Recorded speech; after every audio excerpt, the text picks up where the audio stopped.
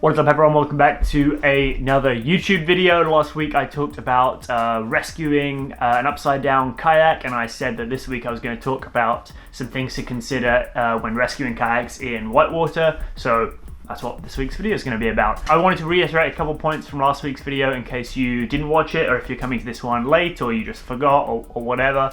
Some things I wanted to reiterate are especially about the hierarchy of importance for rescuing kayaks in moving water, right? So what I said last week, and what I mean by that is we've got to think about what's most important in this rescue situation, right? So somebody's swimming, you're trying to help out. Thing number one is you need to maintain your own personal safety, because you don't want to make the problem worse and compound it for the rest of your team. That's going to obviously make it a lot worse. So you need to make smart choices, but looking after your safety is number one, so that you don't make it any worse, and so you could help make the situation better, not be part of the problem. That's really, really important. Thing number two, that person who is swimming, they obviously are your priority number one, especially in WhiteWater. Things are moving very rapidly and evolving, and you don't want to let that snowball get rolling down the hill, really, because at some point it's going to be too difficult to deal with if things escalate too far. So thing number two is making sure that person who your victim now, your swimmer, is safe, they're on shore, they're going to be okay. If you're in a team situation, there's a big crew of you, it might be that one or two people are rescuing that swimmer, and then the rest of you are dealing with the next two things which are important, which is the paddle and the boat. I always say get the paddle before the boat, because paddles are usually quite easy to lose. They just disappear. And so make sure you're kind of on top of where that paddle is, and that boat is the next and kind of the last thing in our hierarchy. So although it's like, obviously we need to rescue it so we can keep kayaking down the river, it's actually pretty low down on the list, and that's really important to keep that in mind. Some people are just like, oh, I've got to go get that boat, and then like they've kind of forgotten the person who's swimming is still maybe in trouble, right? Because once you're out of your boat, your situation usually isn't improving immediately. So that's the first thing to keep in mind. The next thing I want to reiterate from last week's video is the importance of airbags. It makes it tons easier for rescuers to deal with your boat, and for you to deal with people's boats, because there's a lot less water in there. Like I said last week, you can also just blow up air into a dry bag and jam that in there. You can use empty plastic water bottles and jam them in there. But having airbags in there is really useful for rescuing kayaks. Just it's like less water, it's less weight to deal with, and that's gonna be a lot physically easier.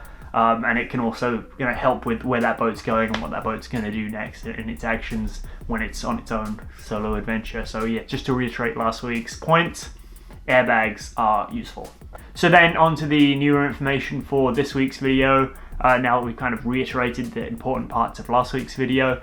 When you're rescuing a kayak in WhiteWater, your number one priority is to kind of assuming that you're tasked with rescuing the boat and that the paddle and the person are good and your safety is not going to be compromised by rescuing it.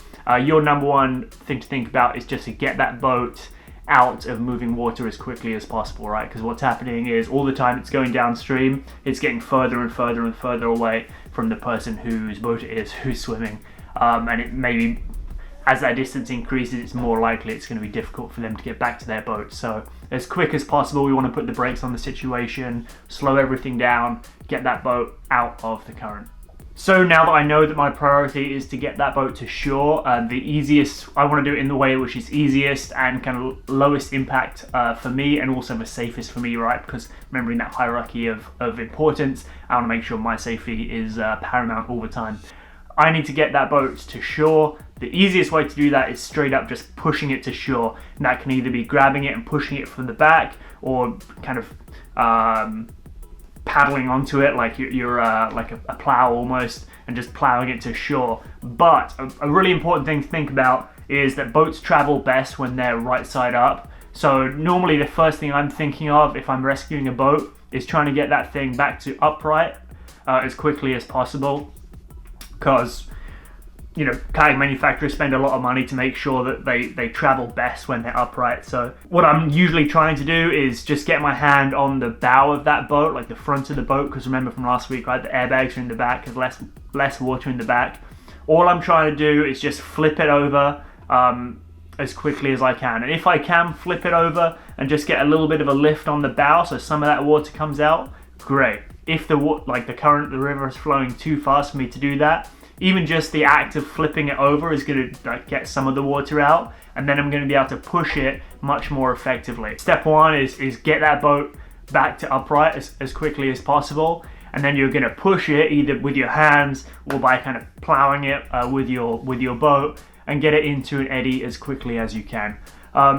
This does take a little bit of practice, and obviously as you're pushing, it's pushing you away from the boat because of physics, because of every action has an equal opposite reaction. So there's a little bit of practice is involved in this, and as you do it, you'll get better and better at it.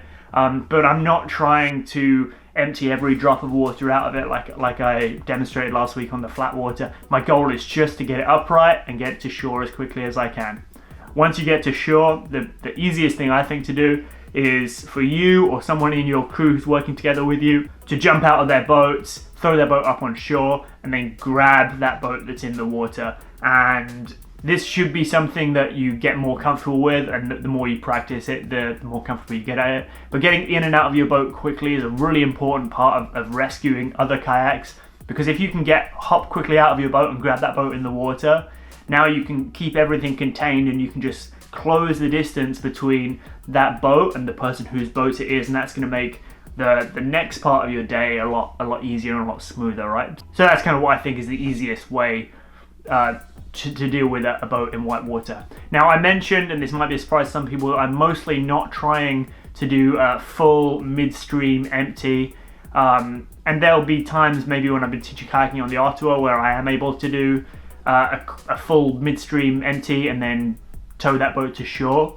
But for the most part, that's only because we're already near the end of a rapid and it's somewhere I know and it's very deep, and there's a lot of these other factors that stack up against it. And that kind of brings us on to the next thing I want to talk about, which is attaching yourself to a boat with your tow line or cow's tail. This is something I do not recommend you do.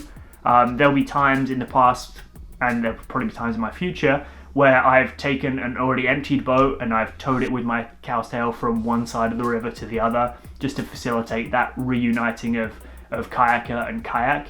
But I only ever do that on spots where I know I'm going to be good and I know how to blow away my blow-away belt on my life jacket. So that should be a limited use strategy. I do not recommend attaching yourself to a boat full of water in the current, right, as much as possible, because that boat's going to be really heavy and it's going to be pretty much acting like an anchor and just pulling you wherever it wants to go. As strong as you are moving a kayak full of water, like if you imagine a 300-liter kayak is 300 kilos, like paddling with that weight on you, sometimes against the current or to try and do a ferry, is going to be overwhelmingly difficult and very, very tiring. And maybe you'll have a incredible save and you'll pull it off one time, but down the line it's a bad habit to get into, and I do not recommend that is something you pursue.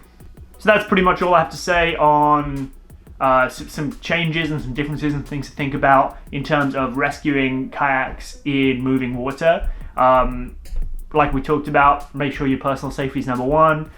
Get that kayak as quick as you can out of the currents. The easiest way to do that is with it right side up. You can do that by grabbing the bow, just giving it a little flick and a little lift, get some of that water out, and just get it ashore as quick as you can. And as much as possible, avoid attaching to a full kayak of water with your tow line or cow's tail or whatever, because that's going to lead to a lot of downstream dangers for you, the rescuer. And remember, your safety is paramount. Oh, and something I didn't mention that I got asked about in a comment on last week's one was about paddle management, how to not lose your paddle when you're rescuing a boat in moving water. Like I talked about, for the most part, I'm not aiming to do a full empty out rescue to get that boat to shore. There's times where I have done, and then you have to hand paddle after your paddle or whatever. It's a whole thing. I don't recommend it unless you're very comfortable where you are and there's very low danger. It's going to lead to kind of open a bit of a Pandora's box of problems, so I just try and hold on to my paddle for the most part. get that paddle, get that boat back upright, get it to shore, deal with it on shore. That's the easiest way, in my opinion. These have been a few things to think about. If there's anything I've missed out, feel free to leave it in the comments below. As always, thanks for watching this video. I really appreciate you guys. I really appreciate speaking to you in the comments. If you haven't, please subscribe already. I think click my face, it should be over here. And there might be another video to watch over here. And I will see you next Monday. Peace.